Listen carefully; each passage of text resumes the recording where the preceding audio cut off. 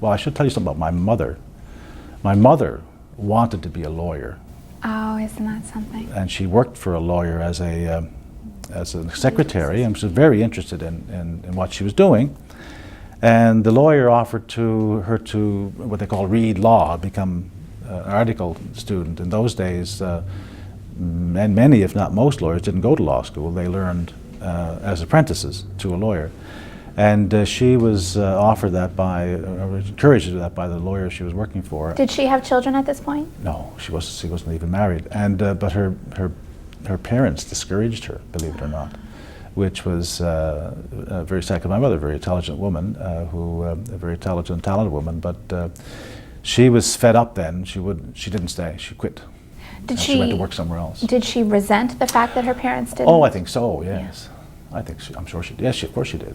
Did she regret it? Did she ever talk to you later in life about? Oh, I don't think she didn't talk about her regrets all that much, but I know it was there. So I mean, for me, it was important to be admitted to the bar of Newfoundland, which meant I went back to Newfoundland, got admitted to the bar, and then after that I went to England, did a master's degree. I didn't really think about practicing law at the time. I was doing it because I wanted to do that, and I didn't really have a clear idea of how I could practice law and be happy with it. Mm.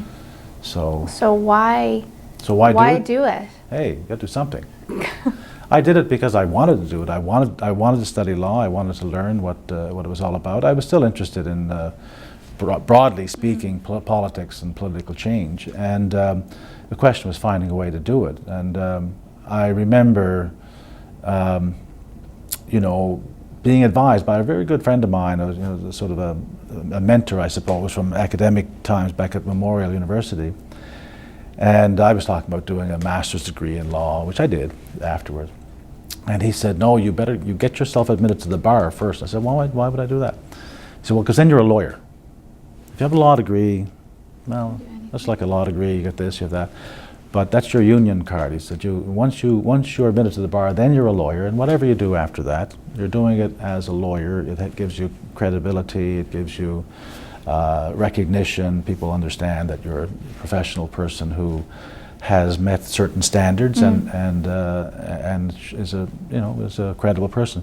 So I took that to heart, and I went and finished got admitted to the bar, and I practiced law for a few months. And I went to England and did a master's degree at LSE, which was another wonderful experience. It must have been. Yeah, it was great. Because that would have been such a neat time to be in London as well. Well, it was the first of the Maggie Thatcher years, and which was interesting, if nothing else. And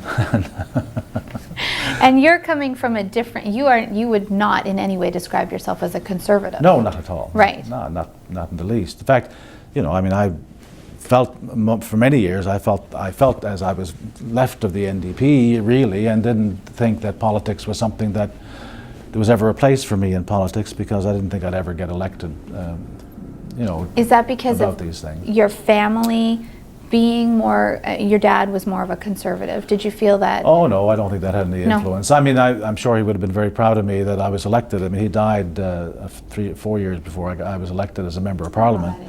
I'm sure he would have been very excited to have a son elected to Parliament, even if I was for a different party. But I mean, he was an old, I remember when we were kids, John Diefenbaker came to Newfoundland during I think it was the 57 or 58 election campaign, and my father was the guy who picked him up at the airport and brought him down to the hall where he was going to give a speech, and came back to the house and got a set of glasses and a water jug to bring down for the podium and all of that. So he was that kind of involved in the Conservative Party, the Progressive Conservative Party, and he was a campaign manager for the former Solicitor General of Canada in his campaign. So he was active in that way, and it certainly tweaked my interest in the people side of politics. My father was a great people person, and he loved people and loved to tell stories about people, and I think that part of it has probably helped me a lot, actually.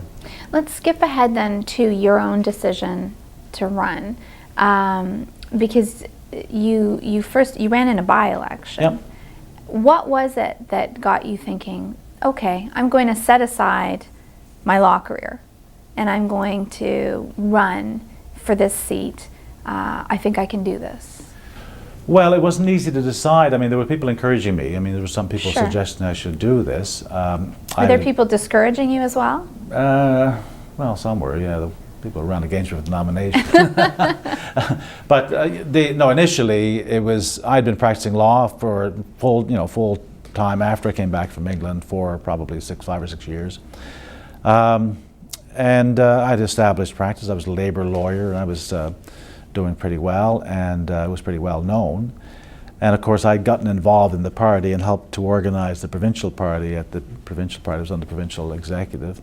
And then this by-election opportunity came up when a long-serving member of Parliament was appointed as Lieutenant Governor. This is James McGrath, who had been in Parliament for 23 years. So the seat was open, and it was 7 or 8 months before election was called. And so there was a lot of toing and froing as to who our candidate should be, and can we win this seat, and et cetera, et cetera. And so people approached me, and my thinking about it was, well, yes, I could run, but do I want to be a member of Parliament? And so you really had to. What happened in my head was, and I spent about 2 or 3 months. Do I really? I mean, I'm not going to run just for the sake of running. Didn't quite matter whether I was going to win or not, but I had in my own mind and heart to know that I wanted to win, that I wanted to be a member of Parliament in order for me to run. And that took a little... Then it must have mattered, though, if you won or not. It did matter. Oh, well, I suppose it did, but I think the point being, I didn't want to be, the NDP needed a candidate, and you're good Sure. on paper, you do a good You job didn't want as to a be a candidate. sacrificial lamb. I wasn't prepared to be just a candidate for the Right. sake of having a candidate, knowing that I wasn't going to win, or just going through the motions of representing your party in a seat.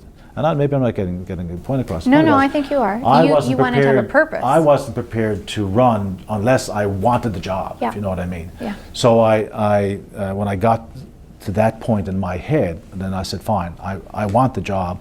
I would like to go to Ottawa. I would like to be a member of Parliament. I think I can do a good job. And then I went ahead and said, yes, I want to run. Then by that point, the people who had been convincing me or trying to convince me that I should be the candidate, they had decided somebody else should be the candidate. And so I had the nomination race, and I won the nomination by 4 or 5 votes. And Wow. And then I went on Close. to win the election. So it was kind of an interesting, and it was an interesting time. I mean, we had, it was a seat that had been conservative or progressive conservative, more or less since Confederation in 1949 with Newfoundland. And it was also a situation where, the Brian Mulroney was Prime Minister, and had, it was in the middle of his first term, or 3 years into his first term. So you're kind of essentially running against the tide, but I did very well, and I won, and I was very happy about that. Did you remain glad? Because... Oh yeah, it was Yeah. fantastic. I was 38 years old. It was, Right. I was, the time of my life. I was ready to roll, and I came up here. My big disappointment was that I got defeated in the November '88 election. After 15 or 16 months in office, and I'd worked very hard. I got more votes when I was defeated than when I won, just because the voter level was up. Yeah. But the Conservative Mulroney government was winning a second majority. I was running in a Conservative seat, and so it was kind of a political loss. I didn't see it as a personal loss, but That's interesting, because a lot of people who are defeated have trouble not seeing it as a personal defeat. yeah. Well, a lot of people helped me with that, but and because I did well, and people, I was very disappointed. Don't get me wrong. And a year, 2 years later, I ended up in provincial politics. And now where I spent- why? Because if you have a negative experience, and maybe you didn't see the defeat in '88 as a negative experience, when you're defeated, sometimes you don't just jump back in.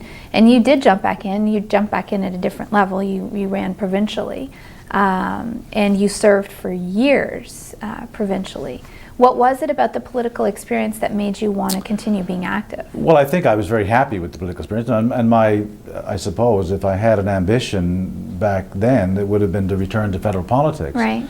Which The provincial you successfully. Which I did 20 years later. Yeah. But I mean,